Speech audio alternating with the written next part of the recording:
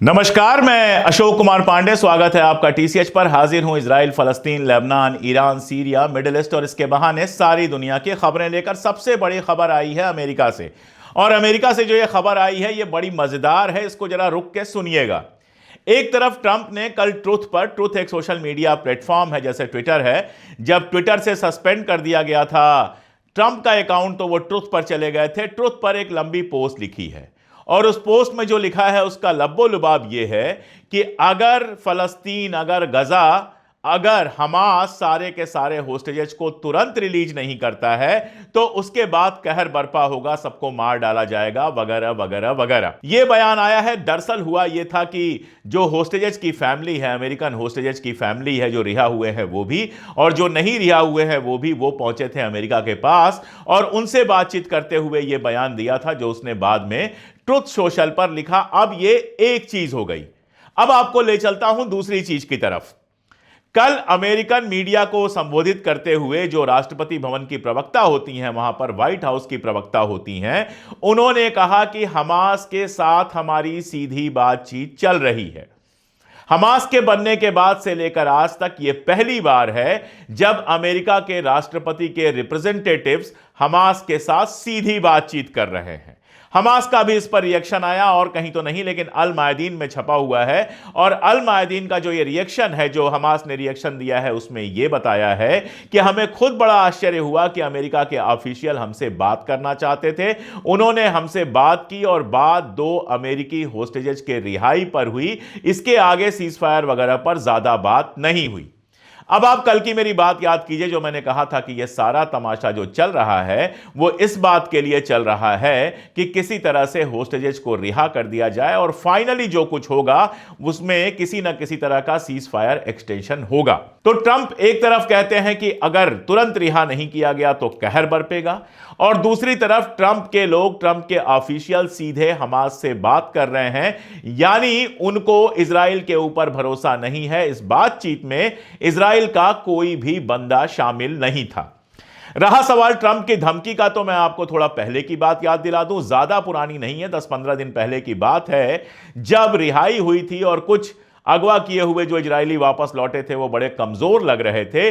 उसके बाद ट्रंप ने धमकी दी थी कि अगर फलां तारीख की रात को 12 बजे तक सारे होस्टेजेस रिहा नहीं हुए तो all the hell will broke on Gaza, Gaza के ऊपर सारा कहर बरपेगा। 12 बजे निकल गए, उसके बाद से 10 दिन निकल गए, उस पर आगे कुछ नहीं हुआ है। जब इन्होंने धमकी दी थी तो साथ में नेतन्याहू ने भी धमकी दे डाली थी, लेकिन कुछ नहीं हुआ। चीजें अरेंज हुई और फाइनली सीज फायर चलता रहा। उसके बाद क्या हुआ?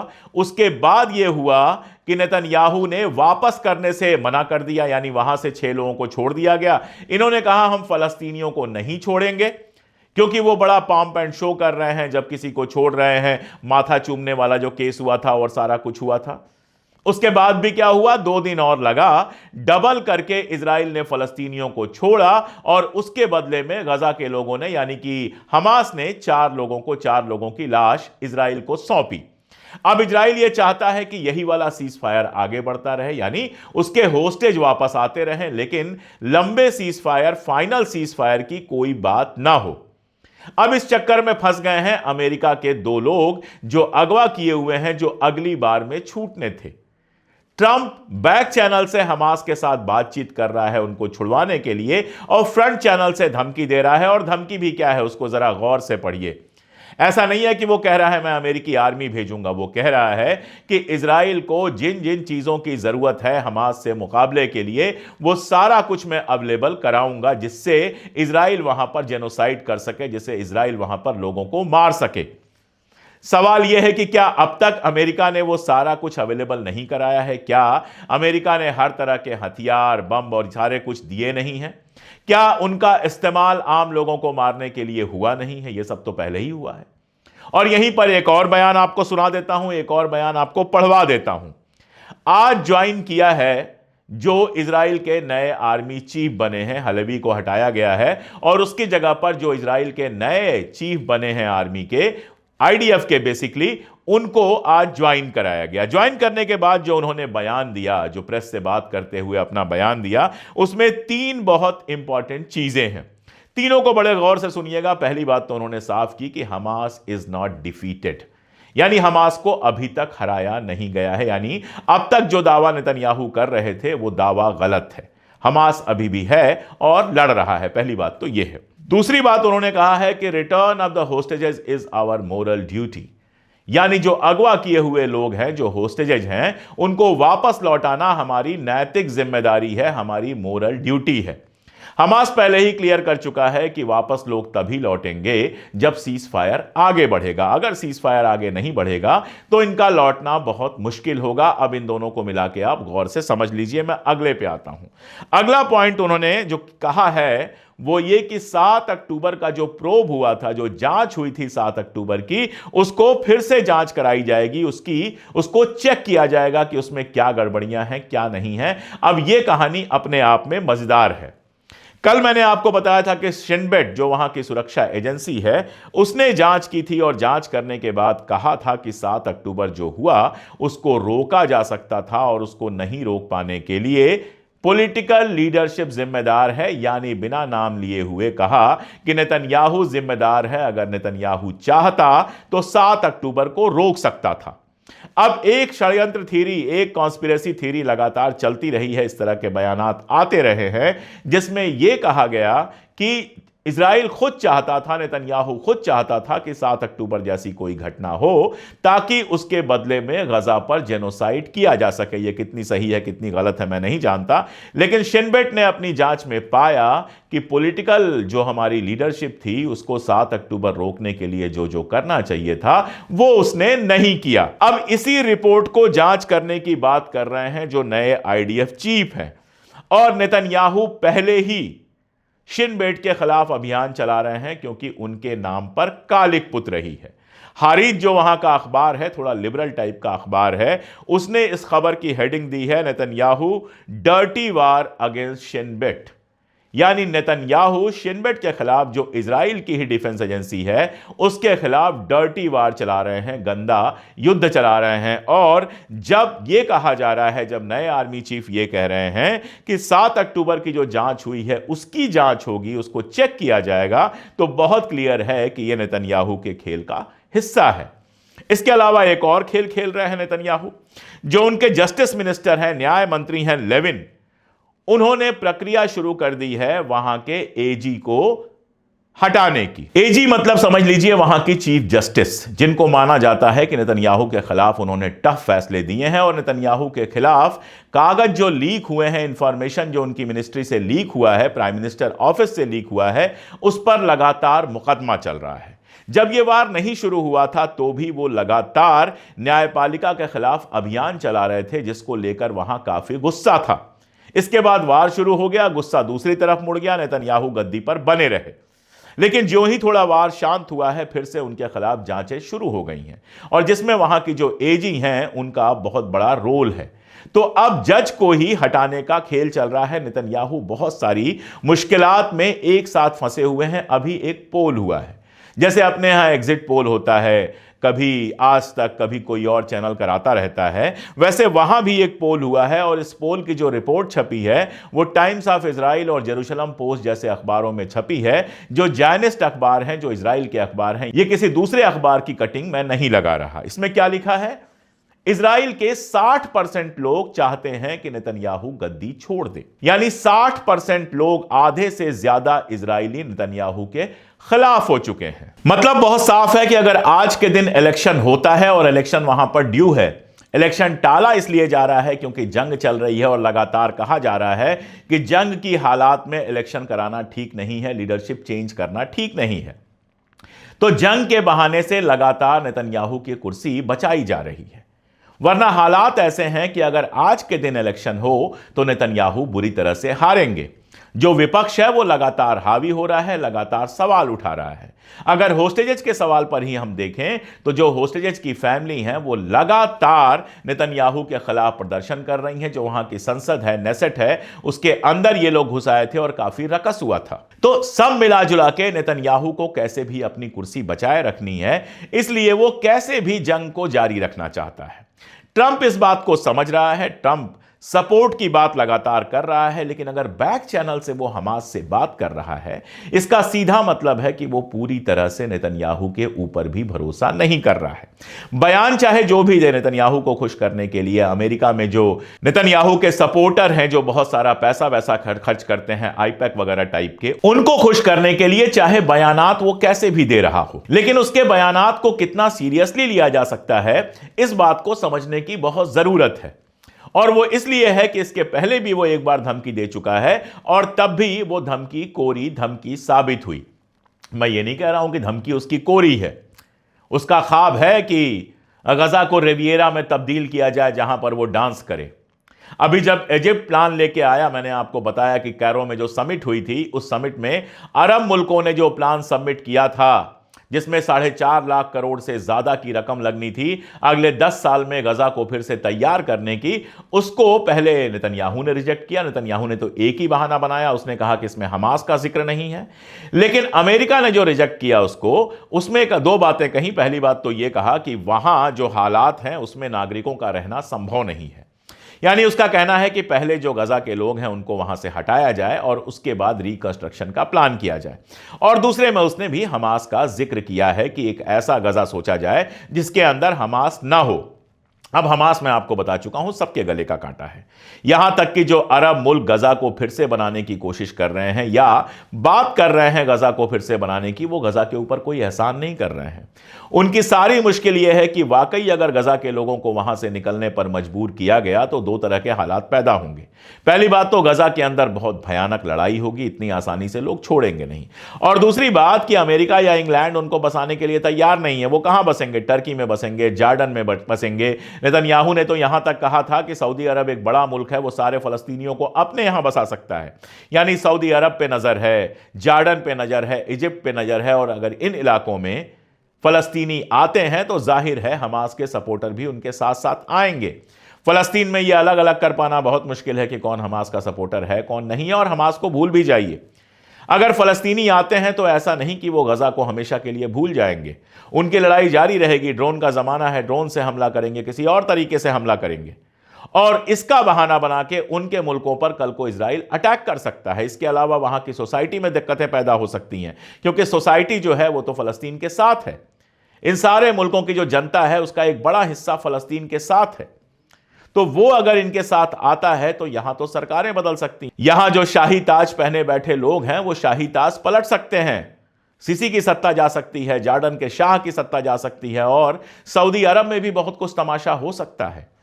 इसलिए वो नहीं चाहते हैं कि गजा के लोग उनके मुल्कों में आए। पहली बात तो यह है। और दूसरी बात यह है कि वो सब ये चाहते हैं कि गजा भले फिर से डेवलप हो जाए, वहां के लोग रहें, सब कुछ ठीक है, लेकिन हमास से कैसे भी मुक्ति मिल जाए। सऊदी अरब हूथी के साथ भिड़ा हुआ है, आप जानते हैं। अभी कल मैंने आपको बताया था हूथी ने अमेरिका के MQ-9 रीपर गिराए हैं, एक MQ-9 रीपर गिराया है। और आज यह खबर आई कि अमेरिका ने अपना एक एयरक्राफ्ट जो है डिप्लॉय किया है हूथी को स्पेशली टारगेट करने के लिए, यमन को टारगेट करने के लिए। सऊदी अरब से हूथी की लंबी लड़ाई चली है और अब भी यमन का जो दूसरा फैक्शन है जिसका एक इलाके पे कब्जा है, जो हूथी के खिलाफ है, उसके साथ सऊदी अरब, अमेरिका, इजराइल, इन सब के रिश्ते बहुत अच्छे हैं। तो सब मिला जुलाकर किसी तरह के बड़े बवाल में ये पड़ना नहीं चाहते हैं। ये चाहते हैं गजा में ठीक है पैसा खर्चा हो जाए, पैसे की इनके पास कोई कमी नहीं है, गजा रीडेवलप हो जाए और वहां के लोग वहीं रहें। बीच बीच में अपने रेटरिक्स देते रहते हैं कि हम गजा के साथ हैं, हम फलस्तीन की आजादी के पक्ष में हैं, लेकिन उस पर 2 कदम भी आगे बढ़ने को तैयार नहीं है। यह मोटा मोटी अरब मुल्कों का अपना स्टैंड है। सऊदी अरबिया के साथ एक और प्रॉब्लम है कि ईरान के साथ उसका पुराना कंपटीशन है।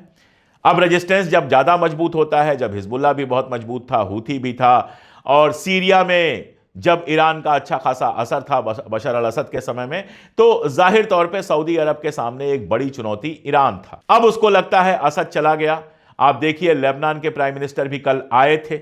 अभी अमेरिका की संसद में एक प्रस्ताव पेश किया गया जिसको पेजर एक्ट कहा गया। अब ये पेजर इजराइल वाले पेजर के चलते है या शॉर्ट फॉर्म करके बना है, उसका अंदाजा आप लगा लीजिए। बना तो शॉर्ट फॉर्म करके है, लेकिन जिस तरह से पेजर कहा जा रहा है बहुत क्लियर है कि इशारा किस तरफ है। यह एक्ट क्या कहता है कि जो लेबनान की सरकार है वो हिजबुल्लाह के साथ अपने सारे रिश्ते खत्म करे। इसके पहले लेबनान के मिनिस्टर जो है, प्राइम मिनिस्टर, वो जाते हैं सऊदी अरब, वहां मिलते हैं वहां के क्राउन प्रिंस से और मदद की मांग करते हैं और सऊदी अरब कहता है हम लेबनान की मदद करेंगे। तो जाहिर है लेबनान में सऊदी अरब अपना असर बढ़ाना चाहेगा। यहां तक कि सीरिया में जो नई गवर्नमेंट बनी है जोलानी की, उसके मिनिस्टर्स भी सऊदी अरब आए हैं। तो नई वाली जो मिनिस्ट्री बनी है उसके साथ सऊदी अरब भी रिश्ता अच्छा रखना चाहेगा ताकि ईरान का वहां पर दखल कम हो। तो गजा वाले मामले में भी चूंकि ईरान बहुत इंटरेस्टेड है, चूंकि ईरान लगातार रेजिस्टेंस की मदद करता रहा है, तो सऊदी अरब एक अल्टरनेटिव खड़ा करना चाहता है, अपने आप को उसकी जगह पर स्टैब्लिश करना चाहता है। और देखिए सऊदी अरब का इंपॉर्टेंस बढ़ाने के लिए ही वहां पर अमेरिका ने रशिया के साथ पहले राउंड की बातचीत की थी, ताकि एक साफ मैसेज चला जाए कि इजराइल के बाद अगर कोई सबसे करीब हमारे है तो वो सऊदी अरब है, सबसे ज्यादा हम उसके ऊपर भरोसा करते हैं। लेकिन यहीं पर मुझे यूक्रेन की कहानी याद आती है। आज खबर यह आ रही है कि यूक्रेन के जो विपक्षी नेता हैं, जो जेलेंस्की के खिलाफ हैं, उनसे अमेरिका की बातचीत चल रही है। यानी पूरी कहानी चल रही है कि जेलेंस्की को कुर्सी से हटाया जाए और उसकी जगह बिठाया जाए किसी ऐसे आदमी को जो अमेरिका का यसमैन हो। जेलेंस्की भी कोई नोमैन नहीं है, वो भी यसमैन है, झुकने को तैयार है लगातार, लेकिन फिर भी उसको हटाने की बात हो रही है। कल की बात थी कि यूक्रेन अमेरिका के बहुत करीब था। अमेरिका यूक्रेन के लिए कुछ भी करने को तैयार था, पैसा, रुपया, हथियार, हर तरह से मदद कर रहा था। आज कंडीशन यह हो गई कि रशिया कह रहा है कि ईरान और अमेरिका के बीच में हम आराम से मध्यस्थता करने को तैयार हैं, मीडिएटर बनने को तैयार हैं। और यूक्रेन ऐसा दुश्मन हो गया है कि पहले उसको सहायता देना बंद हुआ, और उसके बाद दूसरा काम यह हुआ इंटेलिजेंस शेयरिंग बंद हो गई, और तीसरा काम यह हुआ कि वहां पर विपक्ष के लोगों को तलाशा जा रहा है ताकि अमेरिका वहां पर अपनी कठपुतली बिठा सके। यह किस्सा मैंने क्यों सुनाया? जिनको भी लगता है कि अमेरिका उनके बहुत करीब है, अमेरिका उनकी बहुत मदद करेगा, अमेरिका कब धोखा दे देगा ये कोई नहीं जानता। किसी जमाने में गद्दाफी को भी लगता था, किसी जमाने में सद्दाम हुसैन को भी लगता था, और भी आप पूरी लाइन लगा सकते हैं। यहां तक कि मिस्र के जो पुराने शासक थे होस्नी मुबारक, वो भी अमेरिका के बहुत करीब हुआ करते थे। तो अमेरिका के करीब होना और अमेरिका के काम का होना दो अलग अलग चीजें हैं। आप कितने भी अमेरिका के करीब हैं, कल को अमेरिका आपको किनारे कर सकता है। आप देखिए इजराइल तो कितना करीब है उसके। कई बार लगता है कि ये जो मेक अमेरिका ग्रेट अगेन है, ये मेक इजराइल ग्रेट अगेन है, लेकिन आराम से वो हमास के साथ बात कर रहा है। दुनिया भर में खबर फैल गई है। उसके अपने व्हाइट हाउस के प्रवक्ता ने खुलेआम कहा कि हां हम बात कर रहे हैं, और इजराइल उस पर कोई रिएक्शन नहीं कर पा रहा है कि आप हमास के साथ कैसे बात कर सकते हैं, कैसे रिएक्शन करेगा। रिएक्शन करेगा तो ट्रंप से जो उसको लगातार हथियार और पैसे मिल रहे हैं वो मिलने बंद हो जाएंगे, और वो मिलना बंद हो जाएगा तो उसके लिए लड़ना बहुत मुश्किल हो जाएगा। एक और छोटी सी कहानी पश्चिम मीडिया के गोदी मीडिया में तब्दील होते जाने की। आपको पता है बीबीसी पर एक डॉक्यूमेंट्री आई थी, जिस डॉक्यूमेंट्री में बताया गया था कि किस तरह से गजा के अंदर जेनोसाइड हुआ है। जब प्रेशर पड़ा तो बीबीसी ने वो डॉक्यूमेंट्री वापस ले ली। उस डॉक्यूमेंट्री में एक बच्चा था अब्दुल्ला यल याजोरी। इस बच्चे का चेहरा ब्लर नहीं किया गया, इस बच्चे को साफ साफ इसकी पहचान जाहिर कर दी गई। अब जाहिर है कि गजा में आप किसी की पहचान जाहिर कर देते हैं तो उसकी जान को खतरा तो हो जाता है। उस बच्चे ने एक वीडियो जारी किया है, और वीडियो जारी करके कहा है कि अगर मेरे खिलाफ कुछ भी होता है, अगर मैं मारा जाता हूं, तो इसके लिए सिर्फ और सिर्फ बीबीसी जिम्मेदार है। बीबीसी के जो चीफ हैं वो इंडियन ही हैं, शाह साहब। वो ब्रिटेन की पार्लियामेंट में गए और वहां उन्होंने कहा कि हमसे गलती हो गई, ये हमको नहीं करना चाहिए था। लेकिन आप सोचिएगा कि गजा में रिपोर्टिंग करते हुए एक बच्चे को साफ साफ उसकी पहचान के साथ बीबीसी ने दिखाया। उसके लिए सिर्फ अब यह कह रहे हैं कि हमें अफसोस है, कल को उस बच्चे को मारा जा सकता है। लेकिन उसी डॉक्यूमेंट्री की यह हकीकत जनता के सामने ना आ जाए कि वहां पर जेनोसाइड चल रहा है, इसलिए उस पूरी की पूरी डॉक्यूमेंट्री को वापस ले लिया, गायब कर दिया। इस तरह से काम करती है पश्चिम की गोदी मीडिया, जो अपने आप को बहुत ह्यूमैनिटेरियन कहती है। इंडियन गोदी मीडिया की तो बात ही छोड़ दीजिए, उस पर बात करना अपना वक्त जाया करना है, वो मैं नहीं करूंगा। इतना ही कहूंगा कि हम यहां पर हैं तो सिर्फ इसलिए कि चाहे इंडियन मीडिया हो, चाहे इंटरनेशनल गोदी मीडिया हो, उसके झूठ, उसके फरेब आपके सामने खोलकर रख सकें। जो खबरें आ रही हैं उन खबरों का दोनों पक्ष आपको दिखा सकें, आपको बता सकें कि इनके बीच में हकीकत कहां है। सारी खबरें आप तक पहुंचा सकें ताकि आप खुद ये निकाल सकें कि हकीकत कहां है। और इसीलिए अगर हमें बने रहना है, हमें लगातार तने रहना है, तो आपका हमारे साथ खड़े होना बहुत ज़रूरी है। जुड़िए हमारे साथ, हमारे चैनल को सब्सक्राइब कर लीजिए। अगर हमारी मदद करना चाहते हैं, आप हमारी 3 रुपए रोज़ से भी कम की मेंबरशिप ले सकते हैं, उससे ज़्यादा की भी मेंबरशिप ले सकते हैं। मोटी बात यह है कि आप हमारी ताकत बनेंगे, तभी हम सत्ता और कैमरे की आंख में आंख डालकर सच कह पाएंगे। आज के लिए इतना ही, बहुत शुक्रिया।